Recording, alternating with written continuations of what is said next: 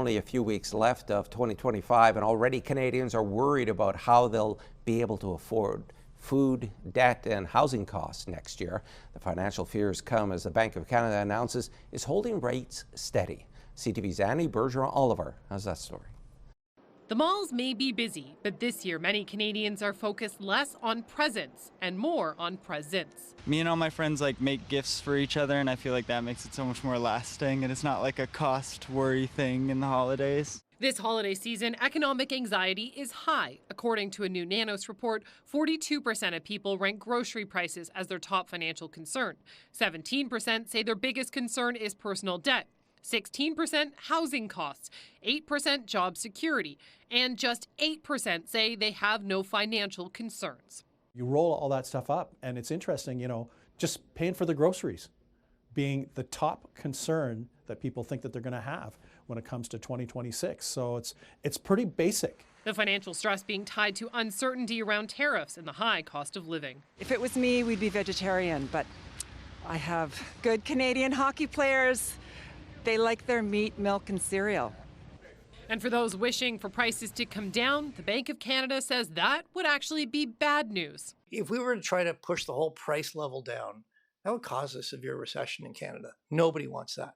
So what can Canadians do to help their financial future? Experts say try tracking where money is coming in and going out. Some lifestyles aren't sustainable anymore. Things have just gotten really expensive. So what you want to do with those big purchases, I think, is either avoid them or delay them or partition them. And maybe that's the best way to go. Overall, inflation is expected to remain steady next year, with the Bank of Canada expecting it to hover around 2%. Annie Bergeron-Oliver, CTV News, Ottawa. And in the north, concern around the cost and spending are in line with the national poll. Many saying they're concerned about rent in particular.